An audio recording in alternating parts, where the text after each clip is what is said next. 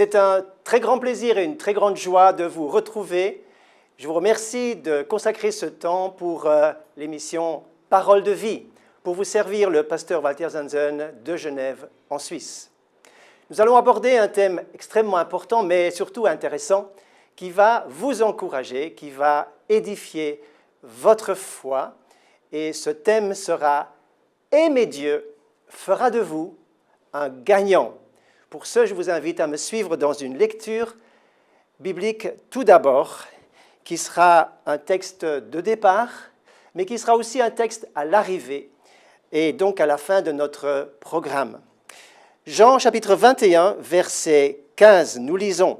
« Après qu'ils eurent mangé, Jésus dit à Simon-Pierre, « Simon, fils de Jonas, m'aimes-tu plus que ne font ceux-ci » Il lui répondit, « Oui, Seigneur, tu sais que je t'aime. » Jésus lui dit, « Prends soin de mes agneaux. » Il lui dit une seconde fois, « Simon, fils de Jonas, m'aimes-tu » Pierre lui répondit, « Oui, Seigneur, tu sais que je t'aime. » Jésus lui dit, « Sois le berger de mes brebis. » Il lui dit pour la troisième fois, « Simon, fils de Jonas, m'aimes-tu » Pierre fut attristé de ce qu'il lui avait dit pour la troisième fois, « M'aimes-tu » Il lui répondit, « Seigneur, tu sais toutes choses. Tu sais que je t'aime. Prends soin de mes brebis. » Jésus lui dit, « Prends soin de mes brebis. » Je voudrais, avant de poursuivre notre thématique et tout le développement que j'ai prévu de vous partager, je voudrais juste faire une courte prière. Seigneur notre Dieu, nous consacrons ce temps pour apprendre de toi, pour te connaître mieux et surtout pour être remplis de ta présence et de ton amour. Nous te remercions de toucher chacun de tous ceux qui nous regardent de près et de loin. Tu connais leurs besoins et je te remercie de pourvoir à leurs besoins. Et Seigneur, de rejoindre le cœur et l'intimité de leur être intérieur en ce moment même, dans le nom de Jésus. Je te fais confiance. Amen. Aimer Dieu fait de vous et fera de vous un gagnant. Car nous parlons aujourd'hui de l'amour qui est le cœur de l'Évangile, bien sûr, le cœur de la vie même, car nous avons tous besoin de savoir que nous sommes aimés et nous sommes créés pour être aimés et pour aimer. Voyez-vous, c'est cette définition de l'amour au sens fort du terme que nous donne l'Évangile, car l'amour, ce n'est pas avant tout de ressentir des choses et avoir des bonnes émotions ou des bonnes vibrations, comme on dit aujourd'hui. L'amour, c'est tout cela, bien entendu, mais l'amour dont il est question ici, dans l'ensemble des 66 livres de la parole de Dieu, et en particulier dans le texte qui va nous pousser dans nos derniers retranchements pour voir, et Dieu se permet de voir jusqu'où nous sommes capables d'aller, nous sommes capables d'aimer, parce que c'est de cela que va dépendre toute une série de choses que nous verrons tout à l'heure dans les bonnes conséquences pour ceux qui aiment Dieu, parce que aimer Dieu, je le répète encore une fois, ce titre et ce thème, « Aimer Dieu fera de vous un gagnant ». Aimer et être aimé. Nous sommes créés pour aimer et pour être aimés. Nous sommes créés pour recevoir l'amour et pour donner de l'amour. Et l'amour, qui est le centre de l'Évangile, je l'ai déjà dit, cela nous donne du sens à notre vie. Cela remplit notre vie, mais cela nous donne un but de notre vie. Car le but de notre vie, ce n'est pas seulement de recevoir, mais c'est surtout de pouvoir partager tout ce que nous avons au fond de nos cœurs et que Dieu nous a donné. L'amour, voyez-vous, cela nous ramène au premier commandement de la parole de Dieu. Le premier commandement, ou le résumé des 10 commandements, Jésus va le dire ceci dans Matthieu chapitre 22. Lorsque quelqu'un lui demandera, « Seigneur, mais quel est le plus grand commandement ?» Il va dire ceci, « Tu aimeras le Seigneur ton Dieu de tout ton cœur, de toute ton âme, de toute ta pensée, de toute ta force, avec tout ce qui est en toi, tout ce qui fait partie de ta vie, tu aimeras. » Avez-vous remarqué que ce n'est pas juste un commandement laissé à notre simple appréciation, mais c'est un un ordre divin, c'est un commandement, c'est un impératif. Tu aimeras ton Dieu et ton prochain comme toi-même. C'est donc cet amour agapé, qui va dépasser le ressenti, les bonnes émotions. Mais l'amour agapé, c'est le don total, c'est le don de soi, c'est l'engagement, c'est finalement distribuer sa vie. Voyez-vous, votre vie que vous avez reçue comme un cadeau de la part de l'Éternel n'est pas destinée à juste être conservée, car celui qui conserve perdra. Mais celui qui donne se multipliera ou gagnera. L'amour fait de toi un gagnant. L'amour qui est donné fait de toi, fera de toi un gagnant. Un gagnant. Quelqu'un qui va recevoir en retour. Bien sûr, nous ne sommes pas des commerciaux, des commerçants pour commencer à donner, à recevoir, à investir pour recevoir des intérêts, mais nous sommes là pour obéir à ce que Dieu nous a donné. Mais il y a des principes qui fonctionnent. Lorsque vous plantez une semence, vous allez avoir une plante qui va émerger et qui va donner du résultat, qui va être multipliée. Une semence va donner 30, 60 et 100 et plus encore. C'est ça le principe de la multiplication, et l'amour est fait pour être multiplié. Mais l'amour, ce n'est pas seulement aimer Dieu, parce que quelque part, aimer Dieu que l'on ne voit pas peut paraître simple, sans difficulté. Mais aimer notre prochain, car Jésus dit, tu aimeras Seigneur ton Dieu de tout ton cœur, toute ton âme, toute ta force, toute ta pensée, et ton prochain comme toi-même. Et ton prochain comme toi-même.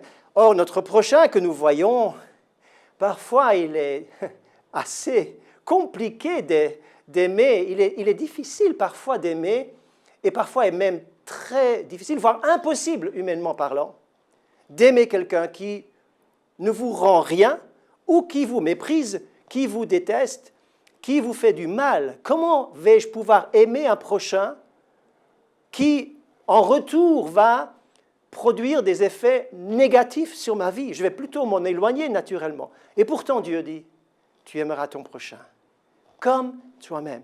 Tu lui voudras du bien, tu le béniras comme tu as envie de te bénir, que ta vie soit bénie. Tu béniras quand même, jusque même, à aimer ton ennemi. C'est ça, la puissance de l'Évangile.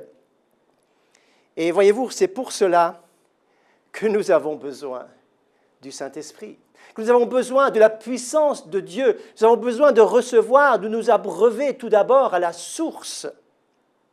Nous avons besoin de nous abreuver à la source de l'amour. Et c'est là que nous avons une promesse extraordinaire. Écoutez, pour faire cette volonté de Dieu, d'aimer Dieu et d'aimer notre prochain, Dieu nous dit, je sais très bien que de toi-même tu ne peux pas, tu n'arrives pas. Mais Dieu nous dit, je vais moi venir à ton secours et je vais moi-même t'apporter ce qui te manque. L'amour de Dieu a été versé dans nos cœurs par le Saint-Esprit. C'est Romains chapitre 5 qui nous le dit, que l'amour de Dieu est répandu dans nos cœurs par le Saint-Esprit. Et puis il nous est dit aussi dans 1 Jean chapitre 4 que Dieu nous a aimés, que nous devons ainsi aimer les autres, et que lui nous a aimés le premier. Donc, si vous voulez aimer Dieu en retour, aimez votre prochain, difficile, compliqué à aimer, sachez une chose, et approchez-vous de Dieu aujourd'hui même, qui vous dit, mais je t'ai aimé le premier. Il faut que tu saches d'abord, toi-même, que tu es aimé sans condition, tel que tu es, par le Dieu créateur, qui a voulu que tu sois là, qui a un plan et un projet pour chaque vie. Nul besoin de paraître important pour les gens du monde autour de nous, ou la société. Le fait de savoir que tu as ta place dans ce monde, que tu es aimé de Dieu, eh bien, cela doit te suffire pour être rempli de l'amour. C'est pourquoi aujourd'hui, alors que je vous parle, laissez-vous aimé de Dieu. Laissez-vous remplir de l'amour qui vient par le Saint-Esprit. Ouvrez-vous simplement et recevez l'amour de Dieu versé du ciel dans votre cœur. Et cet amour de Dieu peut être versé soit quand vous avez un moment dans la présence de Dieu, lorsque vous appartenez au Seigneur, eh bien vous avez accès à ce privilège.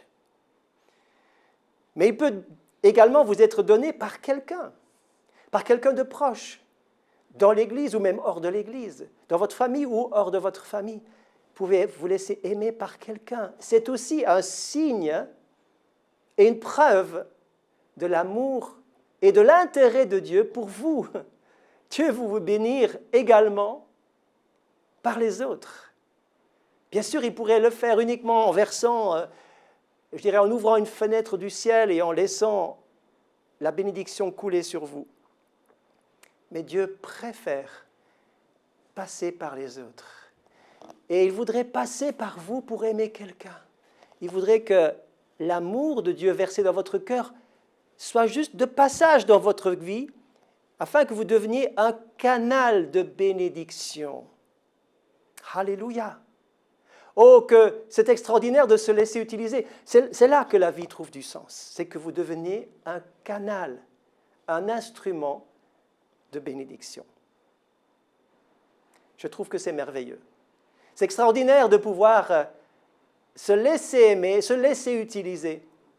Personnellement, j'ai souvent dit, et je l'ai dit depuis le début de ma conversion, je l'ai dit, Seigneur, que ma vie soit utile, que ma vie serve. Et lorsque vous priez ainsi, Dieu fera de votre vie une vie utile, une vie qui va servir, une vie qui va avoir du sens et du résultat, qui va porter beaucoup de fruits. Et lorsque vous aimez le Seigneur et votre prochain, que vous êtes décidé à obéir à ces commandements-là, car aimer Dieu, c'est obéir à ses commandements. C'est aussi marqué. Celui qui a mes commandements et qui les garde, c'est celui qui m'aime, dira Jésus dans Jean 14, verset 15, et encore au verset 23, il dit, si quelqu'un m'aime, il gardera ma parole. Donc, aimer Dieu et obéir à sa parole, garder sa parole, garder cette parole précieuse, fera de vous toujours un gagnant. Je voudrais voir avec vous maintenant quelques grandes bénédictions qui découlent de ce que je viens de vous partager. Quelques bénédictions. La première est celle-ci. Jean chapitre 12, verset 21. Jean chapitre 12 et le verset 21. Pardon, Jean chapitre 14 et verset 21. Jean 14, 21. Celui qui a mes commandements et qui les garde, c'est celui qui les aime. Celui qui m'aime sera aimé de mon Père, dira Jésus. Je l'aimerai. Écoutez bien, je me ferai connaître à lui. Donc, si vous aimez Dieu, Dieu va se faire connaître à vous. C'est-à-dire que vous allez grandir dans la révélation de sa connaissance. Vous allez grandir dans la révélation de sa personne. Est-ce que vous aimeriez connaître Dieu davantage? Est-ce que vous aimeriez le connaître tel qu'il est? Dans la profondeur de son être. Oh, nous sommes, dans la connaissance de Dieu, nous sommes telle une personne qui est au bord de la mer et qui a trempé ses pieds dans l'eau et qui dit « Ah, j'ai vu la mer !» En réalité, cette personne n'a encore rien vu du tout. La mer est infinie, elle est immense. Ce n'est pas parce que vous avez trempé vos pieds dans l'eau de mer, dans une plage ensablée, que vous êtes déjà dans la mer.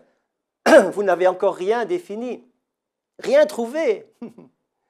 Vous n'avez encore pas découvert l'ensemble de la mer. Personne ne connaît l'étendue, la longueur, la largeur, ni la profondeur de la mer. Alors, si vous voulez connaître Dieu, vous devez l'aimer. Si tu aimes Dieu, lui-même va se révéler à ton cœur. Lui va se révéler. Il va se faire connaître à toi. Cherche à l'aimer et Dieu te donnera ce premier point du gagnant. Il se révélera à toi.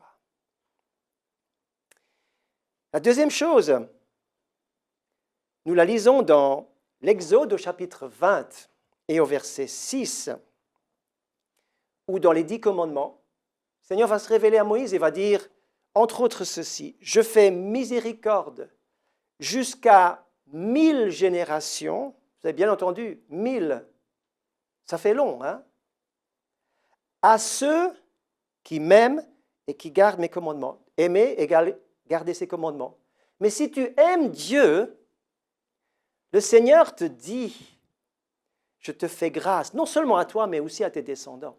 J'ai une bénédiction pour toi, mais aussi pour tes descendants, jusque 1000 générations. Cela montre la générosité, cela montre à quel point Dieu est touché lorsque non seulement vous buvez de son amour, mais vous lui restituez son amour. Et c'est ce que je vais tout à l'heure davantage préciser à partir du texte que nous avons lu au début. Nous allons conclure par là et vous allez voir à quel point ce que Dieu attend de nous, c'est que nous puissions lui rendre cet amour. Aimer Dieu fera de vous un gagnant. Si tu aimes Dieu et que tu gardes ses commandements, bien sûr, à ce moment-là, il y aura la grâce de Dieu sur ta vie. Troisièmement, nous lisons dans Jacques chapitre 2, verset 5. Jacques chapitre 2, verset 5, nous lisons ceci. « Dieu n'a-t-il pas choisi les pauvres selon le monde pour qu'ils soient riches en la foi et héritiers du royaume qu'il a promis à ceux qui l'aiment. En aimant Dieu, vous allez hériter du royaume de Dieu. Votre héritage sera assuré. En aimant Dieu, tu es déjà riche. Et Dieu te réserve ses richesses et son héritage le jour où tu entreras dans le royaume totalement. Soit parce que Christ sera venu nous enlever, ou alors parce que nous passerons par la porte étroite de la mort et nous entrerons directement dans le royaume de Dieu. Son amour ne peut pas être interrompu. Il n'y a pas de coupure, il y a une continuité dans l'amour de Dieu que nous recevons et que nous lui donnons. L'amour ne s'arrête pas à la tombe. L'héritage nous est assuré. Écoutez encore dans Jacques, au chapitre 1, où il est dit ceci. « Heureux l'homme qui supporte patiemment la tentation ou l'épreuve, car après avoir été éprouvé, il recevra la couronne de vie, donc l'héritage, la récompense, que le Seigneur a promise à ceux qui l'aiment. » À ceux qui l'aiment. Extraordinaire. Nous recevons donc un héritage. Un héritage nous est assuré, nous est conservé, qui ne peut ni se flétrir, ni se souiller, ni dévaluer. Cet héritage est pour toi, mon frère, ma sœur, et pour toi, mon ami qui m'écoute et qui me suit sur cette chaîne. Lorsque tu aimeras, tu es un gagnant. Lorsque tu aimes Dieu, tu atteins le but. Tu touches au sens de ta vie. Tu fais quelque chose de juste qui bénit Dieu et qui est approuvé par le Seigneur. Mais ce n'est pas tout. Il y a encore des conséquences. Nous avons vu donc ces conséquences que je vous rappelle. Nous avons part à sa révélation. Sa grâce nous est multipliée, l'héritage nous est assuré, mais encore autre chose. Nous connaissons très bien ce verset de Romains 8, verset 28, que toute chose concourt au bien de ceux qui aiment Dieu, de ceux qui sont appelés selon son dessein. Toute chose concourt au bien de ceux qui aiment Dieu. Peut-être traversez-vous des situations difficiles, vous dites, mais je ne vois pas en quoi cette situation concourt à mon bien. Au contraire, j'ai perdu, au contraire, je suis triste, au contraire, j'ai mal, au contraire, je souffre, au contraire, je ne comprends plus. Mes amis, c'est là que la foi doit intervenir. Votre foi, et Dieu porte votre foi, Dieu porte votre vie, il ne vous lâche pas de sa main. La foi vous porte. Nous avons connu que Dieu nous aime et nous y avons cru parce qu'il y a des moments où il n'est pas évident de comprendre de notre intelligence que l'amour de Dieu peut nous faire passer aussi par des épreuves. Oh, il y aura beaucoup de choses à dire et peut-être que je vous partagerai dans d'autres messages plus en détail le sens de l'épreuve ou de la souffrance, ayant moi-même aussi passé par bien des épreuves. Mais l'amour de Dieu est une garantie que toute chose concourt au bien finalement, car c'est bien après coup que nous nous rendons compte que nous avons appris des choses, que nous avons grandi, que nous avons mûri, que finalement Dieu a fait concourir toutes choses pour notre bien. Finalement, Dieu s'est occupé de nous, que nous avons appris plein de choses sur lui et sur la vie, que nous avons peut-être aussi été brisés parfois dans notre orgueil pour devenir plus humbles, plus compréhensifs, plus compatissants envers ceux qui souffrent. Mais définitivement, toute chose concourt au bien de ceux qui aiment Dieu. Et maintenant, le dernier point. Je reviens à notre texte de tout à l'heure, donc dans l'évangile de Jean, au chapitre 21. Nous avons rencontré au bord de la plage Pierre qui converse avec Jésus. Pierre qui discute avec Jésus et il doit répondre 3 fois à la même question.